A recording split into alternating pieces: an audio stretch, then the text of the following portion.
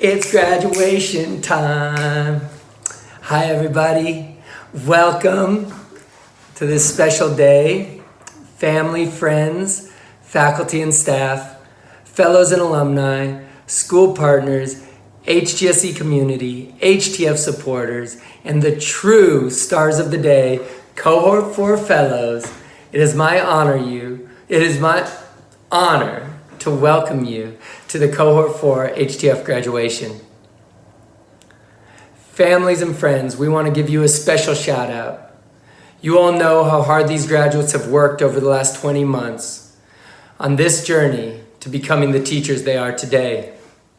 You supported your graduate along every step of that journey, but even more, you planted and watered the seeds of beliefs and values that led them towards a professional life of service, to share their love of learning with others, and to focus their immense talents and energies on closing education opportunity gaps by creating environments for young people overflowing with care, belonging, rigor, excitement, discovery, and challenge. All things I'm confident you have showed them over the years. Teaching takes a whole lot of love, and you can be certain that the love you pour into your graduate doesn't stop at them, but overflows to impact the education of each and every student they work with. Graduates, show some love and take a moment to thank your family and friends for the love and support that have carried you to today.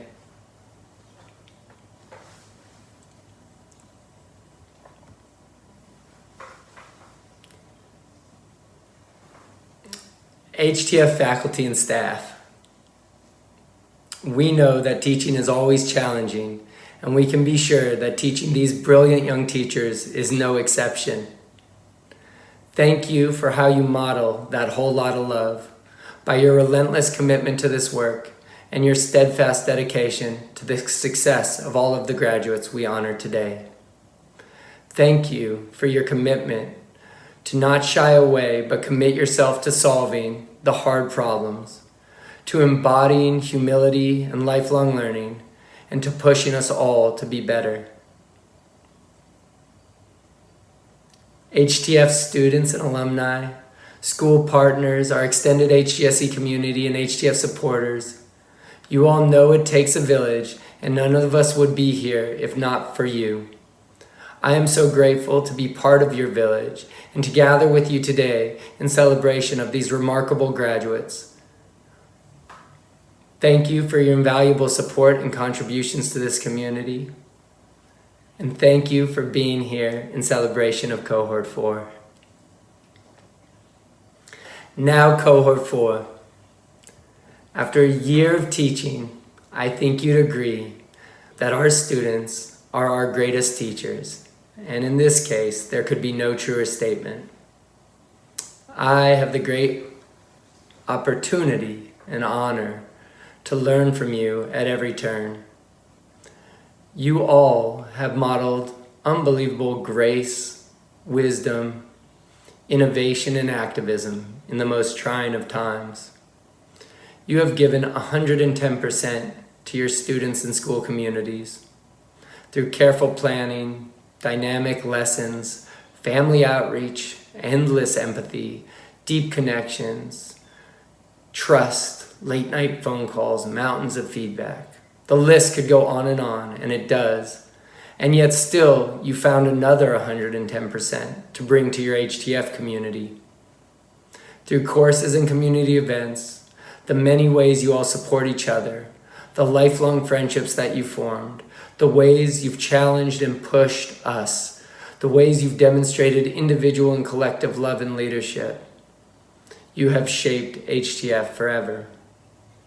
We have learned so much from each of you, and I'm so excited to continue to learn from you as you lead the way defining the future of education, ensuring students have opportunities to continue to learn no matter the pandemic, creating your classrooms to be spaces of belonging, of healing, of restoration, of fighting against oppression in all of its forms, and of endless opportunities to learn. You co-create transformative education spaces that change lives, and in doing so, you are changing the world. Each of you are an important teacher to all of us. We are so proud of the paths you are on, and we are so grateful to get to travel a small part of that journey with you. So with that, thank you for being my teacher, and congratulations on earning this Master's of Education from the Harvard Graduate School of Education.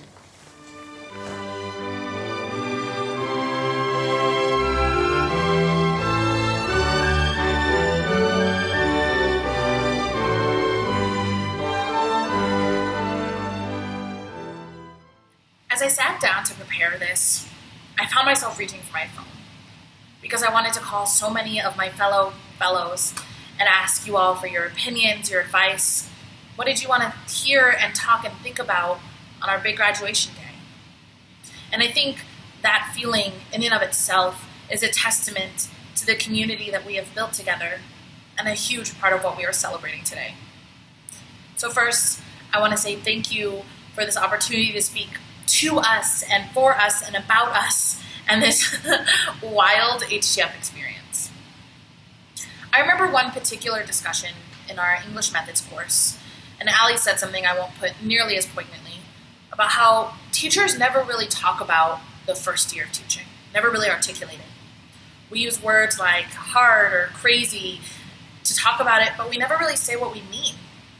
And I find myself returning to this question: what is so tough to put into words about teaching in this first year? I've gone back through readings and notes and text messages with fellows and remembering Zid and Rhonda's class and trying to understand this.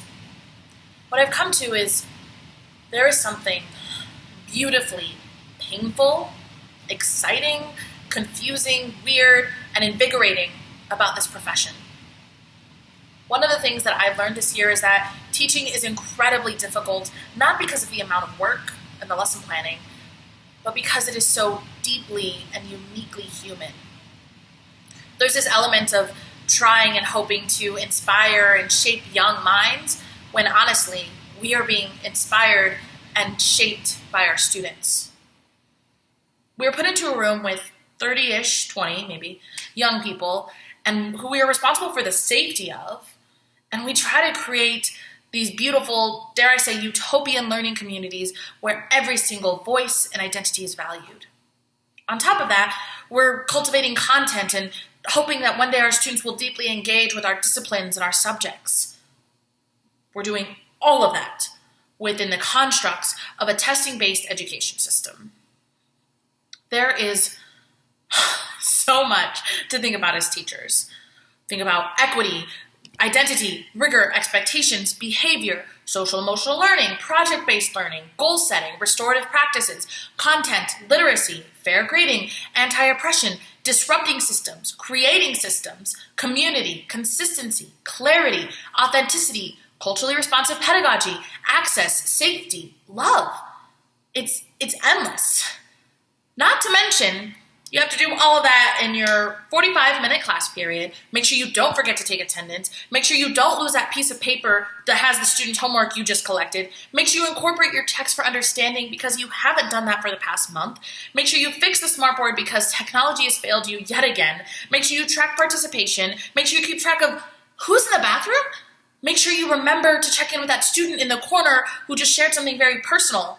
Make sure you check in with that student in the front who struggled with yesterday's quiz.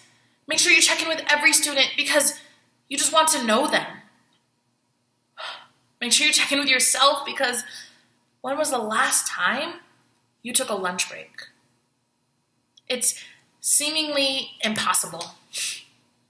It's seemingly impossible, and yet it is something that every single one of us basically did for the past year. Not only did we have to do all of that, but we had to do all of that when we were really bad at it. We had to do that when we had no idea what we were doing. We had to do that when the world felt like it was on fire. And then we continued to do it when the world actually caught on fire. We continued to show up. We continued to try, to hope, to reflect, to learn, to work.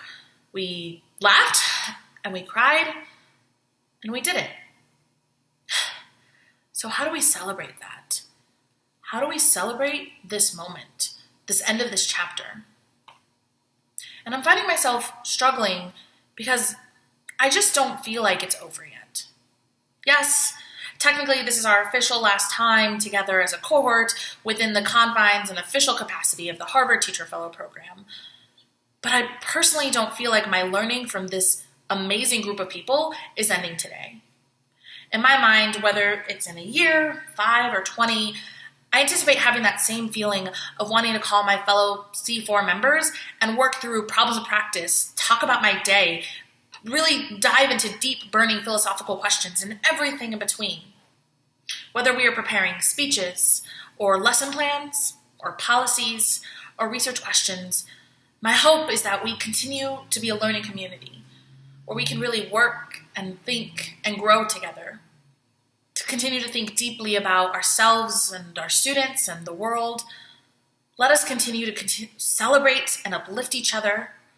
Let's continue to push each other's thinking and growth. And let us remember to always take care of each other. So today, we are not celebrating the end of Cohort 4 because that part isn't over. We're celebrating completing our master's program. We are celebrating completing our first year of teaching. We are celebrating everything that we have learned about ourselves, from each other, and from our students. And we are celebrating having done the seemingly impossible. Congratulations, Cohort 4. I am so proud of us, and I love you all very much.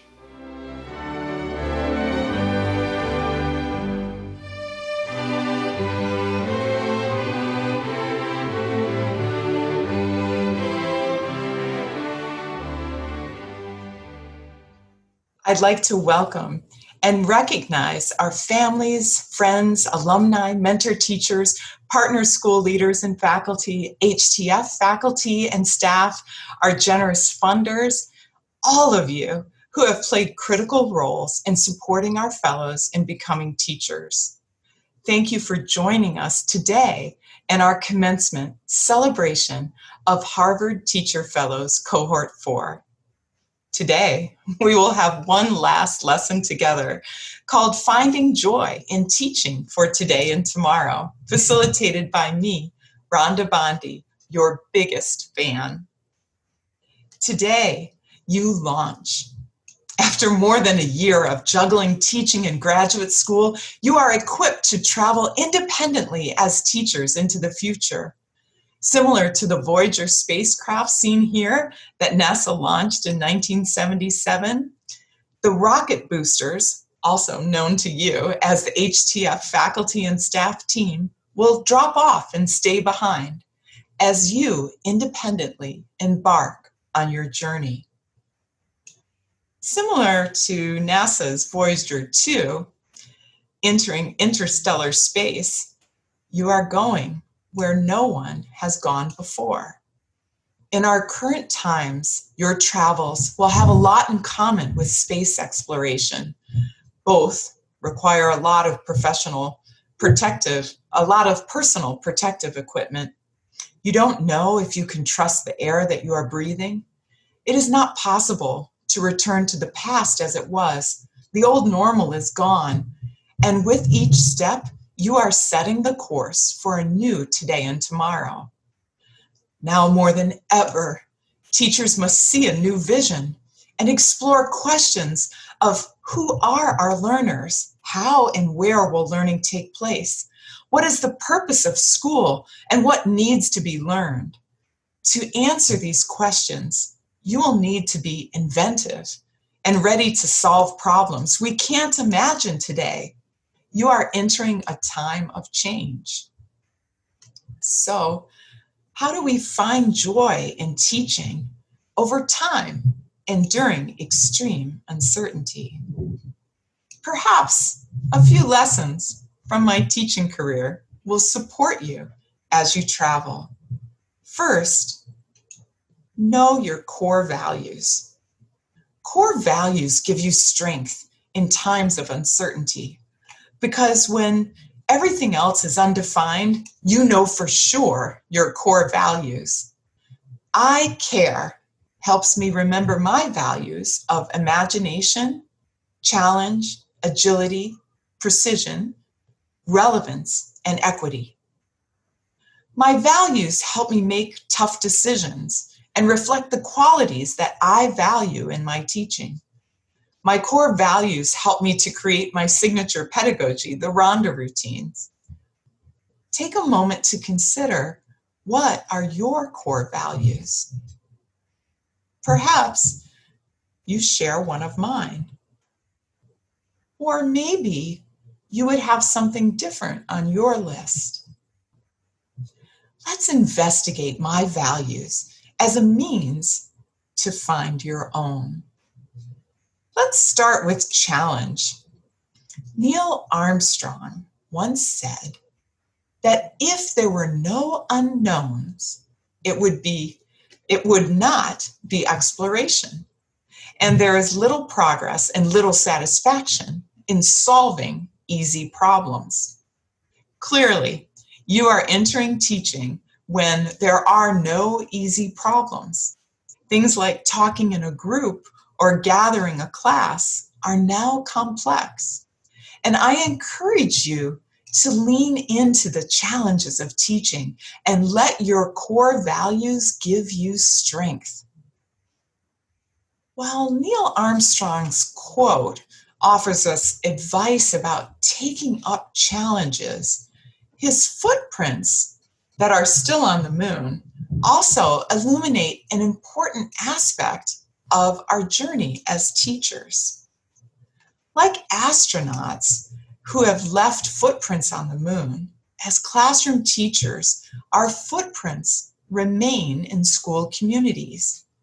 As examples from my own career, here are 3 schools from Arlington, Virginia, where I was a classroom teacher. In my role serving as a teacher, I led whole school community efforts to reimagine teaching at each school, to develop a focus for teaching that reflected the values of the school community.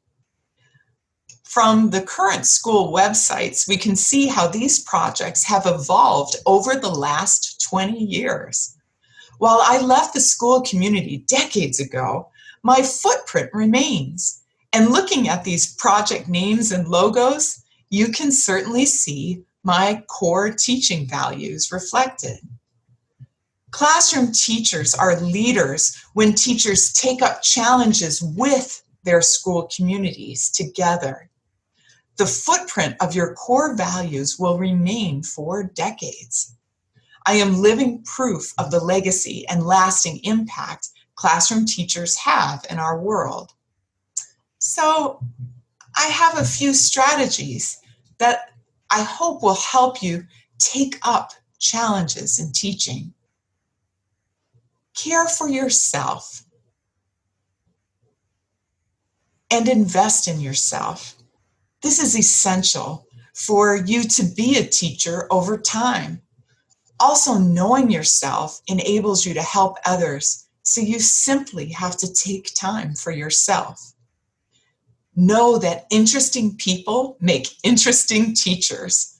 So pursue your interests and talents and questions and share your pursuits with your students. Set clear, visible goals aligned to your core values. Having clear goals is the best way to set boundaries and to say no to distractions. You can always save great ideas for next year and stay focused on your current goals. Engage as a leader. You are not powerless as a teacher. You are closest to the students and their families, which is the largest resource in a school system. So use your position to advocate with your families. Work in community. The reason my programs are thriving today, much in the same way that I left them, is that the initiatives reflected the values of the community, not the work of a single person. Leading as a classroom teacher takes great collaboration and communication with the whole school community.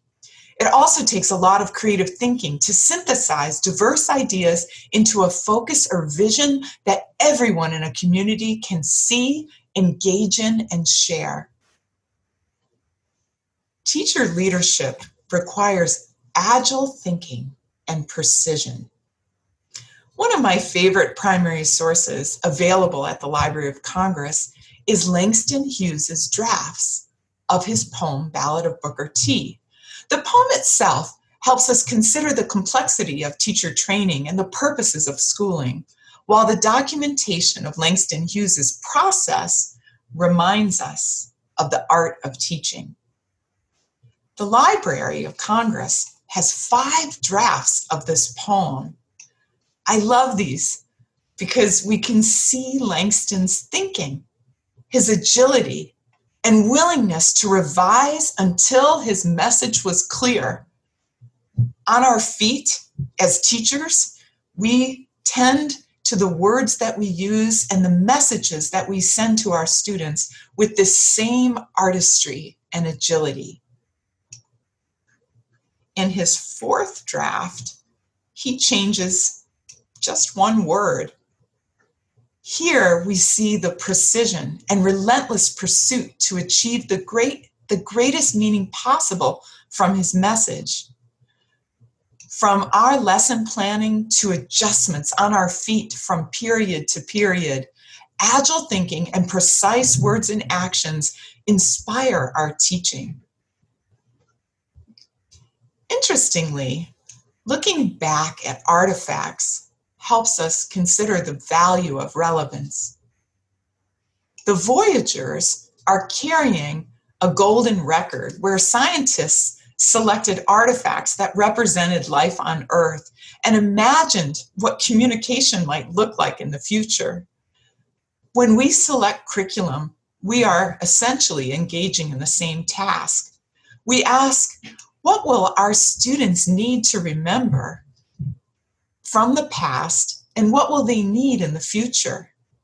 As teachers, we must continually seek to understand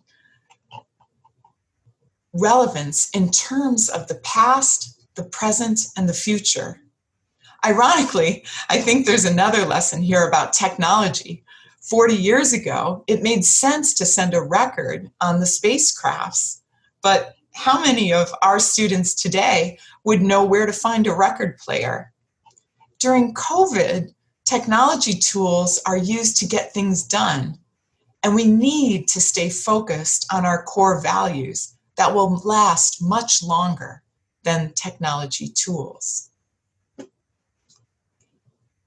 Equity starts in our classrooms by our deliberate commitment to guarantee every child an opportunity to be engaged, valued, interested, and stretched in every lesson. Mae Jemison said, "Never limit yourself because of others' limited imagination. Never limit others because of your own limited imagination." She ties our value of equity back to our core value of imagination. To teach for equity is to imagine a culture that does not currently exist, and to enact that vision in our daily interactions with students. So, grounding your teaching in core values is the key to a career of joy in teaching. And that is what we hope for each one of you. We hope that as you launch your career, you commit to exploring and enacting your core values. Your core values will help you find joy in teaching during these uncertain times. And there is one final lesson from the Voyager exploration. After 40 years, the Voyager spacecraft journeys into the unknown and continues to send data back to Earth. You can do the same thing. Today, you launch into the unknown, and we invite you to continue to communicate with your forever professional home, the Harvard Teacher Fellows community. Congratulations, Harvard Teacher Fellows Cohort 4. Reach out to what we have never and cannot fully comprehend, but we are imagining. You are equipped for years of discoveries. Congratulations.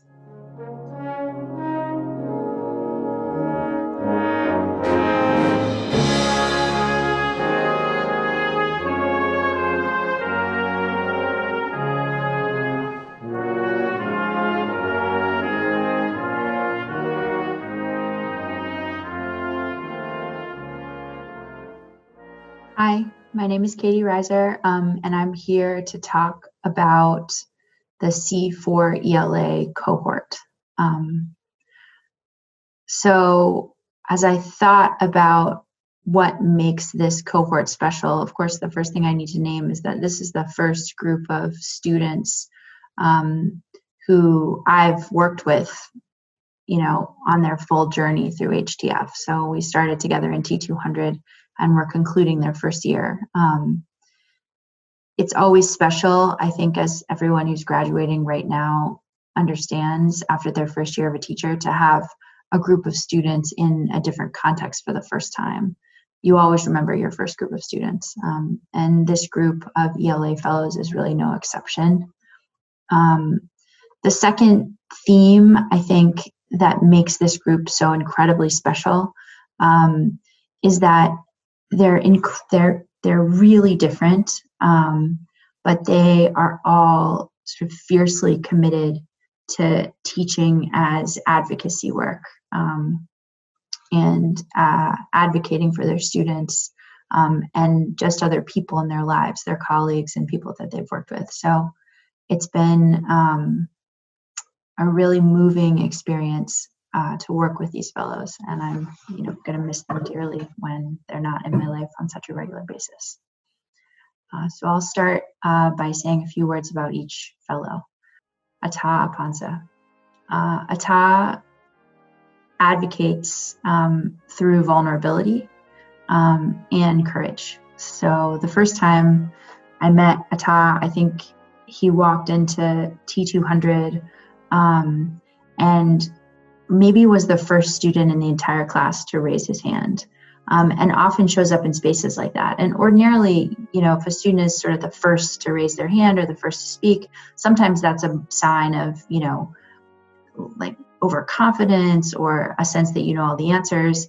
But the thing I really appreciate about Ata, both in our conversations one-on-one and in his participation in a class setting, is that Ata participates first in order to kind of model courage and vulnerability. He works out his own ideas with other people in ways that I think are incredibly humble. And I've seen him do that in his work with students too. He's incredibly transparent about what he's thinking and what he's feeling. And I think both in his work with colleagues and with students, modeling that vulnerability is a sign of his ability to advocate really effectively. Laura Kanji. So Laura's, sort of known, I think, in Cohort 4 as being organized and the first person to turn things in and sort of on top of tasks. But the thing that I think has impressed me most this year about Laura is her ability to sort of build relationships and communicate really consistently with kids and families. So maybe that's advocacy through gaining understanding of communities, or advocacy of through gaining understanding of students. Laura has she sort of used this kind of organizational prowess and real sort of intellectual ability to get to know kids and families incredibly well, and has really leveraged that in her work on a daily basis. And it's really, I think, improved her teaching and made her given her a secret ability to, really advocate for kids well. Q Okine. So Q advocates for students, I think, through kind of questioning and critique. She questions every reading, every conversation. She questions herself. She questions the people around her. She questions her colleagues. And she doesn't do it in a way that's meant to ever sort of cut down or make people feel less than. Q questions in a way that is always undergirded by a sense that if she knew more, understood better, read more, could assess the situation and can critique correctly, that she can be a better teacher for her students and be a better person for her colleagues. That came out in class all the time, and certainly in Q's work in the classroom. Allie Park. So there are lots of things Allie does well. She's an artist. She has sort of terrific ideas to contribute to discussions. But I think that the way that Allie advocates for kids, or the way I've seen her do that this year, both in class and outside of class, is actually through her sense of humor, which comes out in moments when everybody seems to need it. You know, when people are exhausted, whether that's in her classroom or in our classroom, Allie sort of says the thing that lightens the mood for herself and lightens the mood for all of us. And the only reason she's able to do that is that she has this, I think, incredible sense of people and sensitivity to people and understanding of what people need. And she's able to give us that in the moment and often do that in a way that also makes us smile. It's such a gift and such an incredible way to advocate for kids who, you know, care about smiling and being happy and, you know, finding humor and beauty in unusual places. Marisa Rodriguez. So Marisa's contribution, I think, and advocacy work comes through sort of her ability to convey simultaneously both warmth and strength to students and other communities she's a part of. Marisa is a kind of the consummate facilitator. She's the person as a teacher that you always want in your classroom because she's going to make the conversation run, and she's going to treat herself as a member of the community, as sort of as responsible for the success of any given class, whether she's running it or she's a student in it as anyone else. And I watched her do that with kids too. It's incredible to watch Marisa sort of come back to the drawing board time and time again and struggle and work, but always with warmth to try to advocate for the students that she was working with this year. Audrey Thorne. So the first word that came to mind when I thought of Audrey was generosity, which was followed, I think, quickly by analysis. Audrey's often thinking about and trying to analyze situations and able to sort of improve herself, which of course has an impact on her students. But generosity popped to mind first because I think of Audrey as always being someone who's excited for the gifts she's being given, whether that was from her mentor teacher or from her peers in class, and always excited to give gifts herself. She was the teacher, you know, who stayed after school with kids and created opportunities for them to do things like knit and talk and hang out. And, you know, she has a generosity of spirit that I think when paired with the intense analysis makes her a real, you know, compelling and amazing advocate for the kids she works with. And finally, I'll talk about John Tornas. So I think John advocates through specific moments. John, when he shares in class, tends to share anecdotes and stories or songs and poems. He's also an artist. But when he thinks about the students he works with, he's not just thinking about, you know, his students or broad trends or themes. He always wants to kind of help me or help the people around him understand the specific student, and not just the specific student, but the specific moment in time that he's grappling with. And that's an incredible way to do advocacy through storytelling or an understanding of, you know, moment to moment, how we're interacting as adults with students or kids as human beings. So it was really amazing to watch him get better at thinking about what are the moments with students that he wanted to think about and how did he want to think about them. I can't say enough good things about this group. I'm sure I'm over time. Mostly, I just want to say thank you for creating a really special and moving first year for me as your teacher. Thanks.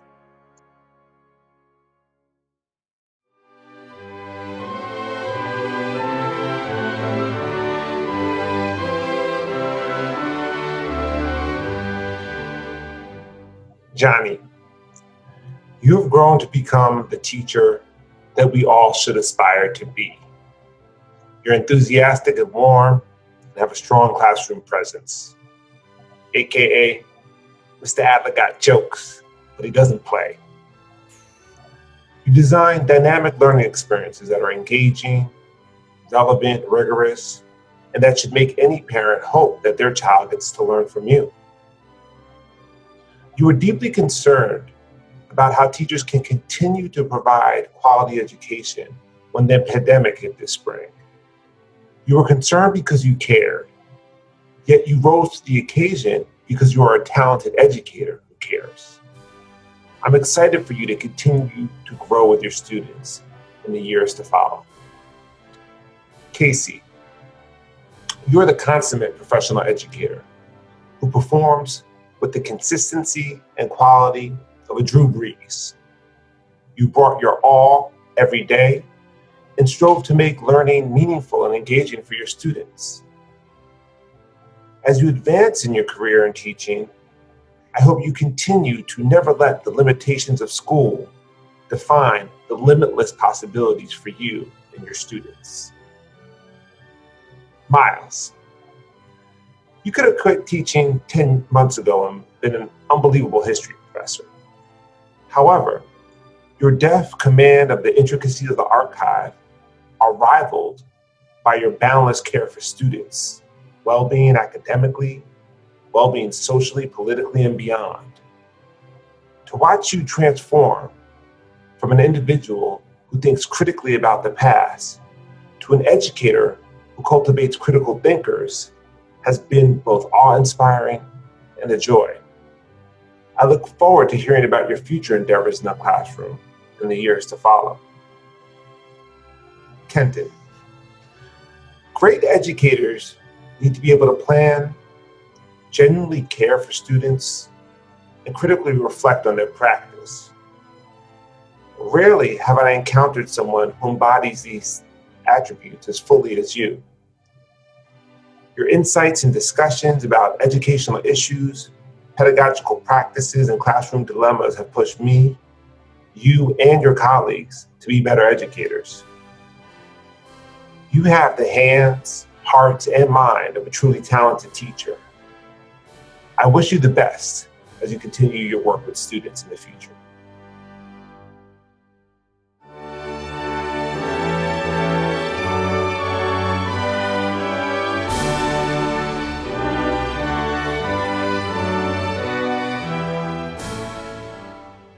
Math team, I'm delighted to get to read each of your names as you receive your diplomas today. Before I do, I want to name 5 things that make this team so special. Number 1, you are, without question, the mathiest HTF team ever assembled in the history of the known universe. Each of you has dedicated yourself to years of deep mathematical study, and you bring a command of subject that fills space with wonderful ideas.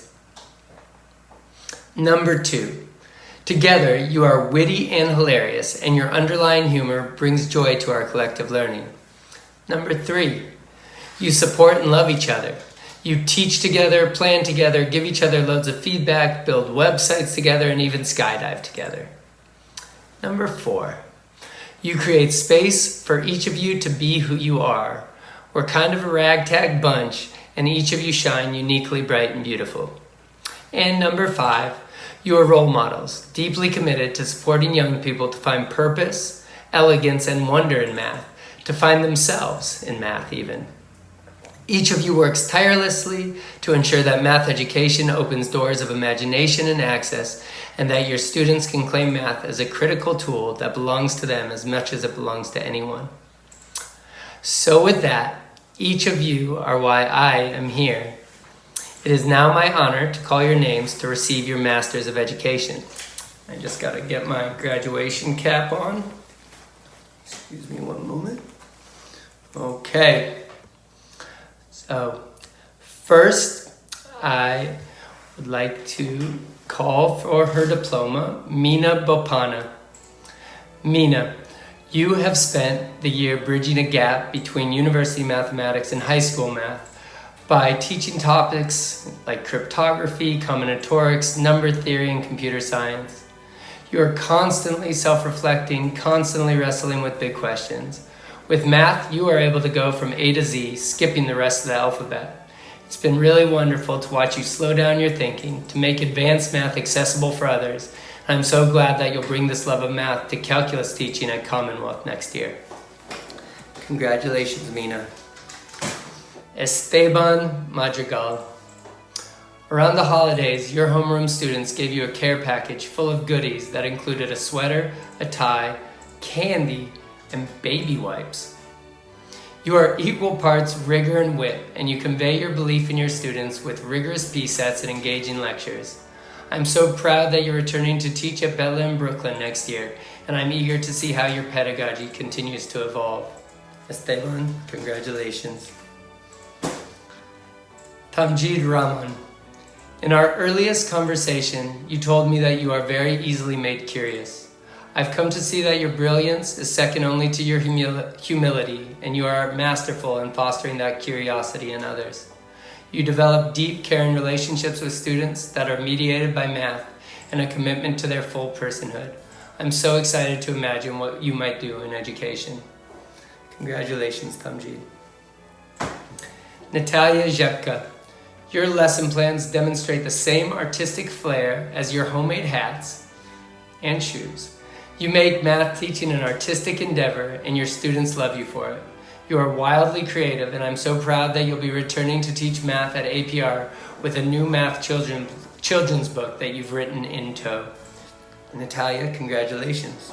Yael Sager, you're a rock. You are cool, calm, and collected, with a New York City swag that makes everyone feel safe and seen. You've dedicated yourself to inquiry approaches to geometry and pushed yourself through reflective practice to make important concepts like transformations of space and mathematical proof come alive for your students. Your students are so lucky to have you, and it's wonderful that you're returning to LPS Hayward next year. Yael, congratulations. And Kylie Zhang, our applied mathematician. Your handouts are created with a designer's flair, your scaffolds built with an engineer's soundness, and your lessons modeled with the elegance and consistency of a Fourier transform. I'm so excited that you're going to be applying your math and pedagogy talents to curriculum design in the year to come. Congratulations, Kylie. Math team, congratulations, and I look forward to working with you together for many years to come.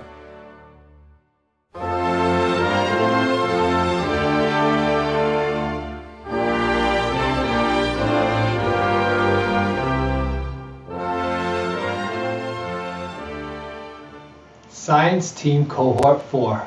Congratulations, good luck, and thank you. Congratulations on finishing your program and the hard work you put towards growing as an educator and the extraordinary effort you put towards teaching and supporting your students. Good luck next year as you take the next steps along your career path and continue your mission towards building a scientifically literate society. And thank you for all that you have done to contribute to the learning of our science team. I am extremely grateful to have had the chance to work with and learn from this brilliant group of educators, and look forward to the impact that you will have on future schools and students. Samantha Berman, a resilient educator who looks at every experience as an opportunity from which to learn. Samantha is an educator who pushed herself to think about how to better engage and support all her students within existing structures that made this challenging.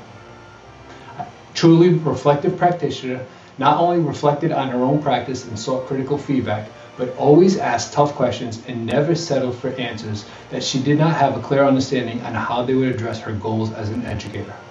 Samantha will continue to motivate students in science next year at Kailua Intermediate School in Hawaii. Jonathan Eddy, a calm and steady educator who showed tremendous growth in his teacher presence while working at Strive Prep. John would always check in by saying that he was okay. Over the time working with him, I quickly realized that a simple word only masked the many goals and challenges that he was managing during this journey. I was delighted to see how the OK backlit with a smile marked an obvious point of confidence, which illustrated how well he was managing the virtual teaching challenges at the tail end of the school year. John found different ways to support and engage all students online and will continue to do so in his next teaching responsibilities. William Lee, a creative and confident educator that has demonstrated his ability to design learning that gets students to engage deeply with science content and gets students to self-evaluate and develop different skills that position them as independent learners. Will has shown how valuable it is to design science instruction that is relevant and authentic for the students with which he works, as well as giving students a variety of ways to showcase their skills. Will returns to LPS this fall to teach the AP Chemistry and AP Biology courses, and is working to engage students with case studies that he's running for each unit. Jen Murphy, an energetic and fierce educator who is always ready to try something new. She motivates others around her by her deep commitment to ensuring that all students are supported at her school and in her class. Along with the way she has directly improved her practice in her class, She has already assumed leadership roles in school, specifically by starting to improve school culture and grade band support that includes families. She has made a great deal of progress building relationships with her students and modifying instruction that considers their strengths, interests, and needs. Jen will be returning to Codman Academy in the fall to build science literacy with her middle school students through the science and engineering practices. Naomi Rainier, an educator that is analytical and a critical thinker that considers the many nuances of teaching science regarding learning progression, assessment, and content. She was always able to use student work and data to design instruction that activated students' prior knowledge and experiences aligned with the goal of deepening content knowledge and learning new skills for students to apply them in a real-world context. In addition, Naomi was always an advocate that was not afraid to speak up, which helped improve the experience for others in the cohort. Naomi will be teaching at a university in France this fall. Again, congratulations, thank you, and best of luck.